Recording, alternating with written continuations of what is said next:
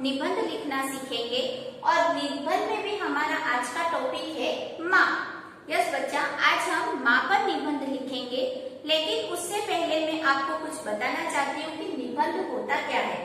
निबंध उसे कहते हैं जिसमें हमें कोई भी एक टॉपिक दिया जाता है और उस टॉपिक के बारे में, उस विषय के बारे में हमें लिखना होता है, विस्तृत में बताना होता है। जो भी हमारे विचार होते हैं, जो भी हमें जानकारी होती है उस विषय के बारे में, वो हमें उसमें लिखना होता है, उसे ही हम निबंध कहते हैं। जैसे आज हम माँ पर निबंध लिखने जा रहे हैं, तो माँ के विषय में हम लिखेंगे कि माँ के बारे में हम क्या क्या जानते हैं, माँ कैसी होती है, क्या करती है। तो आज हम इसी तरह से माँ पर निबंध लिखेंगे। और एक और बात बेटा, ये निबंध के टॉपिक अलग अलग हो सकते हैं। हम किसी भी विषय पर निबंध लिख सकते हैं। जैसे हम एनिमल्स पे भी लिख सकते हैं, बर्ड्स पे भी लिख सकते हैं, फेस्टिवल्स पे भी लिख सकते हैं। हमारी जो सीजन होती है, वर्षा ऋतु होती है, ग्रीष्म ऋतु होती है, सर्दी की जो ऋतु होती है, उस पर भी हम निबंध लिख सकते हैं।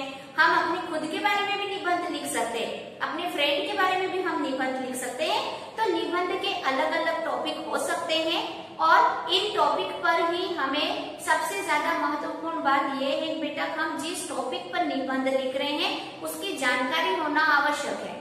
जैसे हमने दीपावली पर निबंध लिखा, तो दीपावली के बारे में हमें सब कुछ पता होना चाहिए कि दीपावली का त्योहार कब मनाते हैं, क्यों मनाते हैं, कैसे मनाया जाता है, उसमें हम और क्या क्या चीजें करते हैं, और साथ ही साथ में उसको मनाने में किन किन चीजों का ध्यान रखना चाहिए। ऐसी सारी बातें हम अपने दीपावली के निबंध में लिख सकते हैं। उसी तरह से हम जिस भी टॉपिक पर निबंध लिखें उसके बारे में जानकारी होना आवश्यक है। तो हम आज जो हमारा टॉपिक है वो माँ, जो एक ये टॉपिक ही नहीं है, ये तो एक हम माँ के बारे में तो जब से हम जन्म लेते हैं तब से जानते हैं, आ रही है, तो इसके बारे में तो हमें अच्छे से जानकारी है ही। तो चलो हम स्टार्ट करते हैं आज का जो ये हमारा टॉपिक है माँ। यस बच्चा, आज हम जो माँ विषय पर निबंध लिखने जा रहे हैं, इसमें हम 8 to 9 लाइन्स माँ के विषय पर लिखेंगे। लेकिन उससे पहले हम माँ के बारे में कुछ बातें मैं आपसे करना चाहती हूँ। तो माँ एक ऐसा शब्द है जो हमारे हर एक के जीवन से जुड़ा हुआ है। हर व्यक्ति को जो जन्म देने वाली होती है, हर एक इंसान का जो जन्म हुआ है वो किसने दिया है? माँ ने ही दिया है। तो माँ से हमारा एक अटूट रिश्ता जुड़ा हुआ है ना? सबका रिश्ता जुड़ा हुआ कि माँ के बिना तो हम अपने जीवन के बारे में सोच ही नहीं सकते। अगर माँ नहीं होती तो हमें जन्म कौन देता? तो जिसने हमें जन्म दिया है, हमें पाल पोस कर बड़ा किया है, हमारे सुख दुख में हमारे साथ रहती है, जो हमारी हर मुसीबत में हमारे साथ होती है, हमें हर चीज सिखाती है ना, हर एक चीज, ये सही है, ये गलत है। हम जब मुसीबत में होते हैं, जब हम बीमार होते हैं, तो हमारा ध्यान कौन रखता है? माँ ही तो रखती है। हमारे खाने पीने, उठने, पढ़ने, सब चीजों का ध्यान रखती है। इवन हमें ना बोलने पर भी हमारी खुशी और नाखुशी के बारे में माँ को पता चल जाता है। हमें बहुत सी बार तो बोलना ही नहीं पड़ता है, माँ को बोलना पड़ता है? नहीं बोलना पड़ता है, फिर भी मम्मा जान जाती है कि उसका बेटा सुखी है या दुखी है, कि क्या हो रहा है। और बड़ा बेटा कितना भी बड़ा हो जाए, लेकिन माँ को तो वो कैसा लगता है? छोटा ही लगता है। हमेशा माँ क्या करती रहती है? अपने बच्चे का ध्यान रखती रहती है और दिन रात उसके अच्छे भविष्य के लिए कि मेरा बेटा बड़ा होकर अच्छा आदमी बने, बड़ा व्यक्ति बने, इसीलिए वो दिन रात क्या करती रहती है? मेहनत करती रहती है, करती है ना। साथ ही साथ में वो भले बीमार भी हो जाए ना माँ, फिर भी हमारी देखभाल करती है ना। तो आज इसी माँ पर हमें माँ शब्द सुनते ही कितनी खुशी होती है ना, शांति मिल जाती है मन को। ये शब्द ही इतना मधुर है। अगर हमें कभी चोट लग जाती है, अगर हम कभी गिर जाते हैं, तो हमारे मुंह से सबसे पहले क्या निकलता है? माँ शब्द निकलता है। अगर नींद में सोए हुए हैं और अचानक से कोई डरावना सपना देख लेते हैं, तो सबसे पहले हमारे मुंह से कौन सा शब्द निकलता है? माँ शब्द निकलता है। क्योंकि हम माँ से इस तरह से जुड़े हुए हैं कि हम माँ से अलग हो ही नहीं सकते, है ना। तो आज हम इसी माँ पर आप लोगों को निबंध लिख के बताऊंगी। बेटा माँ के विषय में तो जितना लिखा जाए उतना कम है। बहुत कुछ लिख सकते हैं माँ के बारे में तो, है ना। बट हम यहाँ पर आज जो मेन इम्पोर्टेंट बातें हैं माँ के लिए, उसमें से हम 8 to 9 लाइन्स यहाँ पर लिखेंगे। तो चलो मैं स्टार्ट करती हूँ लिखना, आपको दिखाती हूँ किस तरह से हमें इसके निबंध को लिखना है। जैसे कि बेटा अभी मैंने आप लोगों को माँ के बारे में बताया, हम सब माँ के बारे में जानते हैं। अब उन्हीं सेंटेंस को मैं लिख कर बताती हूँ कि हम किस तरह से लिखेंगे। तो हमारा फर्स्ट सेंटेंस है, दुनिया में सबसे कीमती चीज माँ है। हम सभी जानते हैं माँ से बढ़कर इस दुनिया में कुछ भी नहीं है। हर जगह पर हमें हर समय अगर कोई काम आता है तो वो माँ होती है, कैसी भी परिस्थिति हो, कैसी भी परेशानी हो, और हर एक के जीवन में सबसे महत्वपूर्ण भूमिका होती है। तो वो किसकी होती है? माँ की होती है। जब से बच्चा जन्म लेता है तब से उसे माँ की आवश्यकता होती है। तो सबसे कीमती चीज क्या है? माँ है। माँ शब्द सुनते ही हमारा मन प्यार से भर जाता है, भरता है ना। जैसे ही माँ, हमें कितनी शांति, अगर हम लोग कभी घर पर अकेले होते हैं, मम्मा नहीं होती है, तब हम कितना मिस करते हैं। तब हमें पता चलता है कि माँ की क्या कीमत है, माँ की क्या वैल्यू है ना। तो जब हम माँ शब्द सुनते ही हैं, जैसे ही हमने माँ को देखा किसी के मुंह से कि हाँ बच्चा आपकी मम्मा आ गई, तो हम जैसे ही अपने माँ का शब्द सुनते हैं तो हमें क्या मिलती है? शांति मिलती है ना। हमारा प्यार, जो मन है वो क्या हो जाता है? प्यार से भर जाता है। बहुत ही सिंपल सेंटेंस बेटा मैंने आप लोगों के लिए यहाँ पर लिखे हैं। जो चीज हम लोग फील करते हैं, जो कुछ भी हमने माँ के लिए फील किया है, वही सारी चीजें हम यहाँ पर लिख रहे हैं। हमें वो एहसास होना चाहिए। हम हर रोज ये चीज एहसास करते हैं, हर रोज हम ये चीज फील करते हैं, महसूस करते हैं ना। हम वही चीज हमने यहाँ पर लिखा है, तो आपको याद करने में भी बहुत इजी रहेगा। थर्ड नंबर पे देखो, माँ भगवान का दूसरा रूप होती है ना।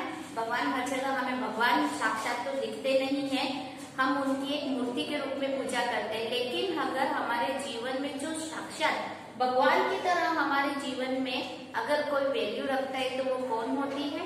माँ होती है। भगवान से भी बढ़कर है माँ, क्योंकि वो हर समय हमारी मुसीबत में, भगवान ने क्या किया, हर जगह हम भगवान नहीं पहुंच सकते, तो अपनी मुसीबत के समय में हमारे हर टाइम पर साथ रहने वाली कौन होती है? माँ होती है। इसीलिए माँ को किसके समान माना है? भगवान के समान माना है। भगवान का ही दूसरा रूप है ना। तो माँ भगवान का दूसरा रूप होती है। फोर्थ नंबर पे देखो, माँ अपने बच्चों से बहुत प्यार करती है। इसमें कोई शक की बात नहीं है, हम सब जानते हैं। हर एक माँ, हर किसी की माँ, चाहे किसी की भी माँ हो, वो अपने बच्चों से बहुत प्यार करती है ना। सबकी माँ, सब जानते ही है इस बात को। चाहे मम्मा को गुस्सा भी क्यों ना आ जाए, पर फिर भी उसका प्यार तो अंदर मन में रहता ही है। फिफ्थ पर देखो, वह हमारे खाने पीने, सोने जागने आदि सबका ध्यान रखती है ना मम्मा। हमारे खाने पीने का, सुबह से उठती है वहीं से मम्मा की ड्यूटी चालू हो जाती है। मेरा बेटा क्या खाएगा, मेरा बेटा क्या पिएगा, कब सोएगा, कब उठेगा, हर चीज का। जब बीमार हो जाते तब हमारी एक्स्ट्रा केयर भी करती है। रात को जग कर हमें सुलाती है, खुद जगती रहती है ना। करती है ना अच्छे से सेवा मम्मा, कितना ध्यान रखती है। तो माँ हमारे खाने पीने, सोने जागने, पढ़ने, इवन हमारी पढ़ाई का भी ध्यान रखती है।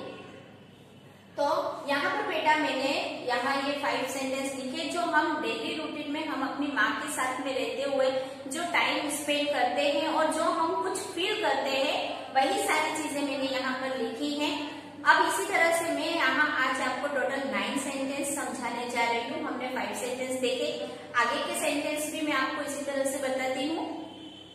इसी तरह से अब हम आगे की लाइंस को भी देखते हैं, आगे के सेंटेंस भी बताती हूँ आपको मैं। 6 नंबर पे है, वह दिन रात हमारी देखभाल करती है। माँ जो होती है वो दिन रात हमारी देखभाल करती है, हमारी केयर करती है। 7 नंबर पे देखो, माँ हमारी पहली गुरु होती है। गुरु यानी टीचर होती है, हमें सब कुछ जो सिखाती है माँ ही होती है। हम स्कूल जाना, विद्यालय जाना तो बाद में शुरू करते हैं, आफ्टर 2 इयर्स, बट उससे पहले हमें जो कुछ भी सीखते हैं वो सब कौन सिखाता है? माँ ही तो सिखाती है। हमें बोलना, चलना, सब कुछ कौन सिखाता है? माँ ही तो सिखाती है। तो हमारी, और उसके बाद भी माँ का सिखाना तो शुरू ही रहता है। हर बात पर हमें कुछ न कुछ सिखाती ही रहती है। माँ हमारी सबसे अच्छी दोस्त होती है। क्यों? क्योंकि वो हमारी हर मुसीबत में हमारे साथ होती है और हमें मुसीबतों से बचाती है। पहले तो यही सोचेगी कि मेरे बच्चे पे कोई मुसीबत आए ही नहीं, और अगर कभी किसी कंडीशन में हम पे कोई मुसीबत आती है हमेशा हमारे साथ दोस्त की तरह कौन रहता है? माँ रहती है। और हम जो कुछ भी बात बताना चाहते हैं ना, वो अपनी माँ से ही शेयर कर सकते हैं। बेझिझक हम अपनी माँ के पास में मम्मी मम्मी करके कैसे चले जाते हैं फटाफट से, है ना? क्यों? क्योंकि हमें पूरा विश्वास है कि हमारी माँ हमारी बात सुनेगी और हमें सही सलाह देगी।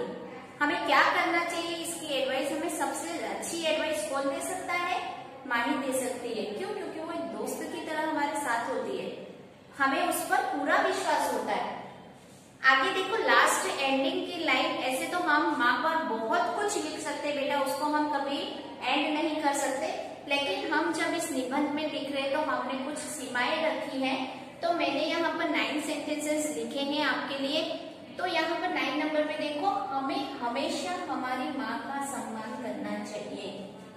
जब हमने माँ के बारे में जानते तो हम सब कुछ थे, बट आज जब लिखा तब हमने इस चीज को और फील किया। तो हमने हमारी माँ के बारे में जो कुछ भी जाना, उसके बाद तो हमें और इज्जत बढ़ जाती है, बढ़ती है ना, कि हमारे लिए माँ डायरेक्टली और इनडायरेक्टली कितना सारा करती है, हमें पता ही नहीं था।